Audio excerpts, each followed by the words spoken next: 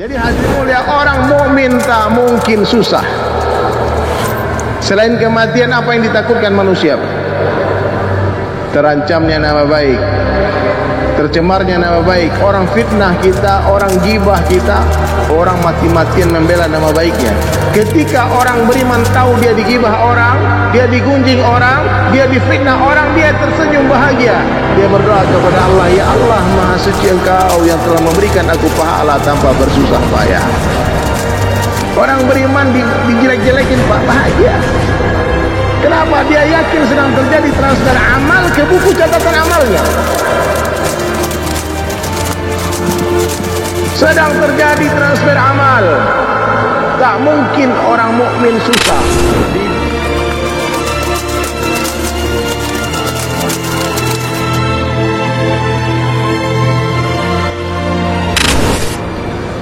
Di mana Allah Ta'ala letakkan kebahagiaan, hadirin mulia? Dan ini mesti semua kita tahu ini, perkara ini. Sederhana kalimatnya, tapi kalau kita yakin, kita pasti bahagia. Ternyata Allah Subhanahu wa Ta'ala telah meletakkan kebahagiaan manusia. Allah telah meletakkan kejayaan, kesuksesan dan kemuliaan seluruh manusia hanya dalam mentaati Allah dan Rasulnya saja. Maknanya siapa saja yang beriman dan beramal saleh, siapa saja yang taat kepada Allah dan Rasulnya pasti bahagia. Pasti bahagia. Orang kaya taat kepada Allah pasti bahagia. Orang miskin taat kepada Allah pasti bahagia. Presiden taat kepada Allah pasti bahagia. Gubernur taat kepada Allah pasti bahagia. Wali kota, bupati taat kepada Allah pasti bahagia. Pak camat taat kepada Allah pasti bahagia. Seniman taat kepada Allah pasti bahagia. Pedagang taat kepada Allah pasti bahagia. Petani, nelayan, siapapun dia, selama dia taat kepada Allah, Allah akan berikan dia hayatun thayyibah, baik dia laki-laki ataupun wanita. Allah berikan kehidupan yang lapang meskipun rumahnya sempit. Allahu Akbar. Allah berikan kebahagiaan hatta di saat-saat terburuk dalam kehidupannya. Di saat terancamnya nyawanya, orang beriman bahagia. Jadi hadirin mulia, orang mukmin tak mungkin susah. Selain kematian, apa yang ditakutkan manusia? Terancamnya nama baik, tercemarnya nama baik, orang fitnah kita, orang gibah kita, orang mati-matian membela nama baiknya. Ketika orang beriman tahu dia digibah orang, dia digunjing orang, dia difitnah orang, dia tersenyum bahagia. Dia berdoa kepada Allah, ya Allah, Maha Suci Engkau yang telah memberikan aku pahala tanpa bersusah payah. Orang beriman dijelek-jelekin Pak, bahagia. Kenapa? Dia yakin sedang terjadi transfer amal ke buku catatan amalnya. Sedang terjadi transfer amal. Tak mungkin orang mukmin susah. Di dunia dia tak mungkin susah, dia bahagia. Dikubur, Allah bukakan kuburnya seluas mata memandang. Dibukakan jendela surga sehingga kubur mereka seperti taman-taman surga. Diberikan catatan amal dari sebelah kanan. Di yaumil mahsyar Allah dudukkan di mimbar cahaya. Pak, kalau Bapak mau jadi orang terkenal Pak, jadilah orang beriman. Artis paling terkenal di dunia hanya dikenal segelintir manusia. Yang kenal dia cuma orang yang nonton TV Pak. Orang gak nonton TV gak kenal dia. Ya? Orang yang masih hidup kenal dia, orang sudah mati tak kenal dia. Orang yang sudah mati zaman dulu gak kenal artis terkenal hari ini, ataupun orang yang belum lahir gak kenal dia. Tapi orang beriman Allah dudukkan di atas mimbar cahaya. Kemudian Allah hidupkan seluruh ruh yang pernah hidup dari zaman Nabi Adam alaihissalam sampai manusia terakhir. Triliunan manusia Allah kumpulkan di satu lapang, hadirin mulia. Lalu Allah kenalkan itu orang beriman kepada seluruh manusia yang pernah hidup di dunia. Jadi kalau mau jadi orang terkenal, jadilah orang beriman.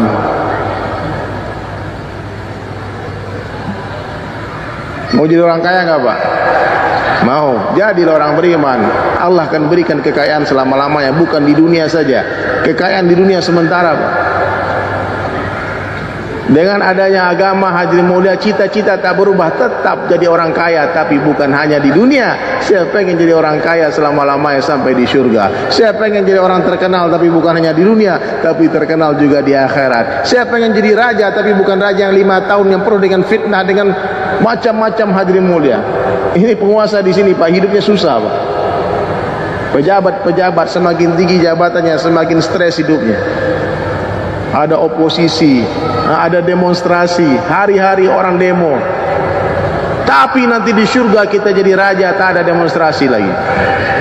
Enggak ada oposisi, jadi raja selama-lamanya, cantik selama-lamanya, tampan selama-lamanya, sehat selama-lamanya. Jadi pahami hadirin sekalian, rubah cita-cita kita semua hari ini. Yang tadinya sebelum hadir di majlis ini hanya cita-cita dunia, sekarang ganti menjadi cita-cita akhirat. InsyaAllah ya. Jadilah anak-anak akhirat, jangan jadi anak-anak dunia. Anak-anak akhirat, orang yang hari-hari bicara akhirat, memikirkan akhirat, dia sibuk membangun istana di akhirat. Anak-anak dunia siapa? Orang yang hari-hari bicara dunia, fikir dunia, dia suka mendengar dunia. Dia sibuk membangun di dunia, lupa pembangunan di akhirat. Membangun kehancuran di atas kehancuran. Maka kenalilah dunia ini hadirin mulia. Siapa saja yang mengenal dunia tak mungkin akan mencintai dunia. Siapa saja yang mengenal dunia tak mungkin akan mencintai dunia. Siapa saja yang mengenal Allah pasti akan mencintai Allah. Siapa saja yang mengenal dunia tak mungkin mencintai dunia. Dia pasti benci dengan dunia. Dia benci kepada dunia, dunia cinta kepada dia. Dia tinggalkan dunia, dunia mengejar-ngejar dia. Itu orang beriman Pak.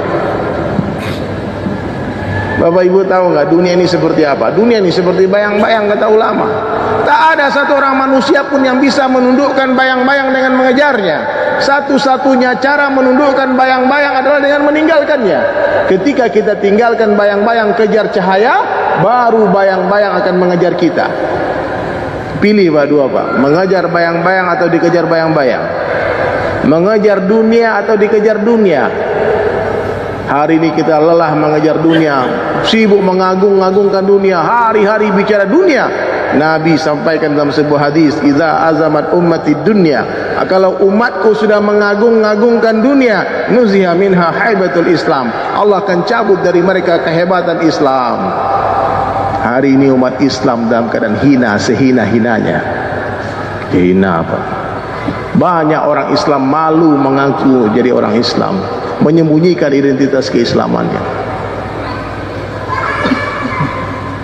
Kembali hadirin mulia kepada dakwah, kembali kepada agama yang sempurna, maka Allah kembalikan kemuliaan Islam. Pak, agama itu letakkan di atas kepala, dunia dijinjing. Kalau agama goyang, lepas dunia, pegang agama, itu benar. Jangan dibolak-balik. Ini hari ini dunia di atas kepala, agama dijinjing. Dunia goyang, lepas agama, pegang dunia. Di mana agama Pak? Di atas kepala. Dunia dipegang saja. Goyang agama dikit, lepas dunia, pegang agama. Pertahankan ini agama. Karena laki-laki ini mesti sholat 5 waktu berjamaah di masjid. Ibu-ibu silahkan ke masjid, tak dilarang, tapi lebih baik di mana? Di rumah. Tapi kita laki-laki Pak, tak ada alasan. Satu langkah mengangkat satu derajat, satu langkah menggugurkan satu dosa. Anak-anak jangan disuruh ke masjid, ajak ke masjid. Hari banyak bapak-bapak, orang tua suruh anaknya ke masjid, tapi dia sendiri tak ke masjid. Akhirnya anaknya di jalan pun belok lagi, gak jadi ke masjid. Bapak encok. Kalau sakit boleh tak ke masjid. Kalau tak mampu ke masjid, sholat di rumah. Tak mampu berdiri, sholat duduk. Tak mampu duduk, sholat berbaring. Berbaring tak mampu sholat, sholatkan. Berarti udah gak bisa lagi Pak. Siap? Semua siap niat Pak ya, sholat berjamaah 5 waktu di masjid. Besok subuh ke sini. Kalau bisa itikaf Pak. Subuh 2 waktu sholat kata Nabi sangat berat bagi orang munafik, subuh dan isya. Bapak mau gak Pak bebas dari sifat munafik? Mau ya? Nabi ajarkan caranya. Salatlah kalian berjamaah selama 40 hari di masjid tanpa tertinggal takbiratul ula bersama imam. 40 hari salat bersama-sama imam. Imam takbir, kita di belakang. Subuh, zuhur, asar, maghrib, isya. 40 days, 40 hari. Hari ke-39 bolong satu, ulang hitung dari pertama lagi. Siapa yang bisa menjaga 40 hari berjamaah bersama imam, kata Nabi sallallahu alaihi wasallam dalam sebuah hadis, hadirin sekalian, Allah akan jauhkan dia dari dua perkara. Bara'atun minan nar, dijauhkan dari api neraka, dan dijauhkan dari sifat munafik. Munafik hati dan lisan beda. Ngaku Islam, hati dia kafir, itu munafik. Dia ngaku muslim, KTP-nya Islam, tapi membela kekafiran, itu munafik. Berjanji dusta, dipercayai khianat, itu munafik. Munafik itu nerakanya paling bawah. Maka supaya hilang sifat munafik, bapak-bapak pasanglah niat untuk menjaga 5 waktu berjamaah di masjid. Siap insyaallah Pak? Orang yang betul imannya Pak, sebelum azan sudah duduk di masjid. Azan itu diteriakkan pakai speaker keluar masjid, itu untuk memanggil orang-orang lalai. Untuk memanggil orang-orang hubbud dunia, cinta dunia. Hei, Allahu Akbar, diteriakin, Allahu Akbar, Allahu Akbar, Allahu Akbar. Tapi banyak yang tuli Pak.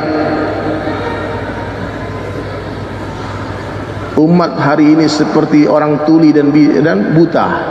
Sudah tuli buta. Dibikin spanduk dia tak baca. Kenapa? Dikirim SMS tak bisa baca, orang buta. Dikirimkan undangan hadirin mulia selebaran pamflet, bikin gede-gede, makmurkan masjid, orang buta tak lihat. Diteriakin pakai speaker, hadirin mulia, orang tuli tak dengar. Bagaimana solusinya hari ini hadirin mulia? Orang buta dan tuli tak ada cara lain, kita datangi rumahnya. Pak, pegang tangannya, kalau perlu digendong bawa ke masjid. Makanya urgen hari ini Pak, kita keliling dari rumah ke rumah. Buatlah kerja tabligh, dakwah, datangi manusia dari pintu ke pintu, dari lorong ke lorong. Tak usah pilih-pilih, orang kaya datangi, orang miskin datangi. Hari ini orang dakwah, orang kaya-kaya sih yang didatangi Pak, orang miskin gengsi dia. Kalau masjid besar yang undang lari-lari dia datang. Kalau bedeng yang undang masjid-masjid kecil langsung sakit perut, sakit pinggang, encok, tidak bisa besok datang. Dakwah apaan itu Pak? Dakwah itu ikut cara Nabi. Nabi orang buta didatangi, orang pincang didatangi, hamba sahaya didatangi, Abu Jahal didatangi. Pernah Nabi lagi dakwah sama orang-orang bangsawan, masuk Abdullah ibnu Maktum yang buta. Nabi sedikit saja Nabi tak marah, tapi wajah Nabi bermuka masam. Kenapa Abdullah datang sekarang? Bukankah saya sekarang lagi dakwah sama orang-orang kaya? Saya lagi dakwah sama penguasa-penguasa Mekah ini, pemuka-pemuka Quraisy. Abdullah datang sekarang. Langsung Allah tegur hadirin mulia. Abasa wa tawalla. Turun ayat itu. Jadi kita nggak boleh membeda-bedakan orang dakwah Pak. Lihat bapak pemulung di jalan Pak, datangi dia. Ustaz Arifin sering bilang, kadangkala supir lebih bertakwa daripada ustaz. Kadangkala pemulung itu wali-wali Allah yang Allah sembunyikan hadirin mulia. Kita nggak tahu, Allah rahasiakan kekasih-kekasihnya. Maka jangan pernah sekalipun meremehkan siapapun, jangan pernah menghina siapapun.